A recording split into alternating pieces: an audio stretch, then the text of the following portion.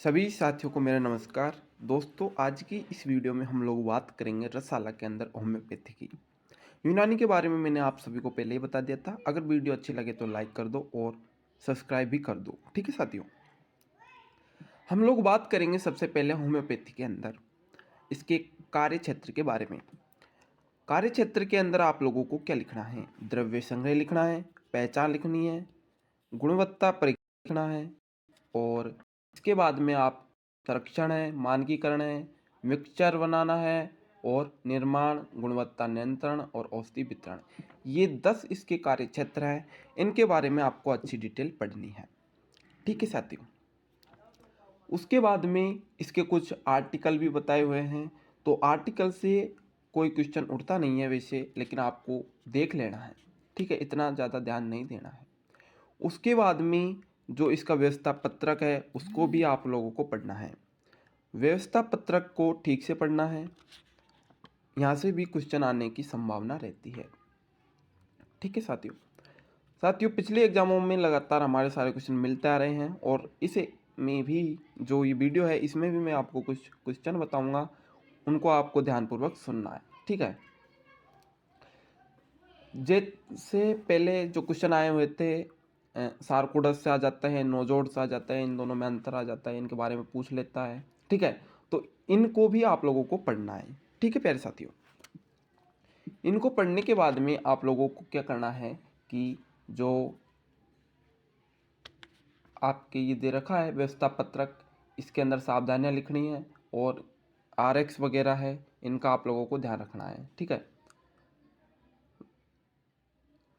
व्यवस्था पत्रक में किसको दवाई दे रहे हैं उसका नाम लिखते हैं, उसकी डिजीज लिखते हैं, और क्या क्या दवाई दे रहे हैं, ये सारी चीज़ें उसके व्यवस्था पत्रक में होती है।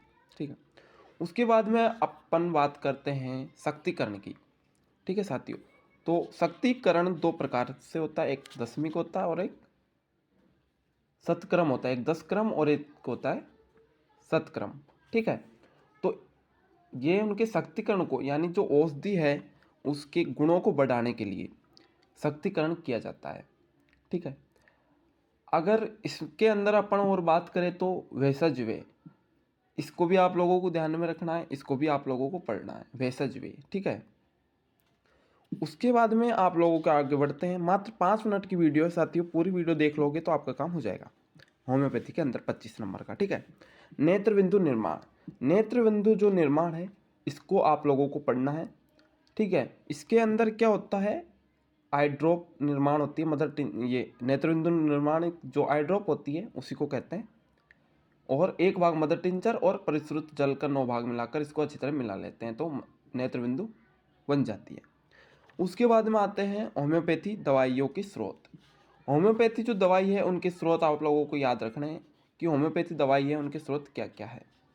इसके अंदर 7 मुख्य स्रोत हैं: वानस्पतिक, जांतव, खनिज, सारकोड्स, नोजोड्स, इम्पोडेरेबिलिया और सिंथेटिक। या तो इस तरह से क्वेश्चन बनेगा, या फिर इनमें से किसी स्रोत के बारे में पूछ लेगा। 2 या 3 स्रोतों के बारे में वो जानकारी पूछ लेगा आपके क्वेश्चन में। ठीक है, इस तरह से यहाँ से आपका क्वेश्चन बनता है।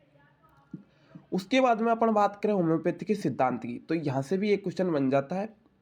औषध के अंदर ये क्वेश्चन नहीं आया था, तो संभावना है कि इस बार ये क्वेश्चन इसमें आ जाए। तो इसके 7 सिद्धांत हैं, वो आप लोगों को याद होने चाहिए। ठीक है, उसके अंदर समसमयति का सिद्धांत है, और एक बार में एक औषध का है।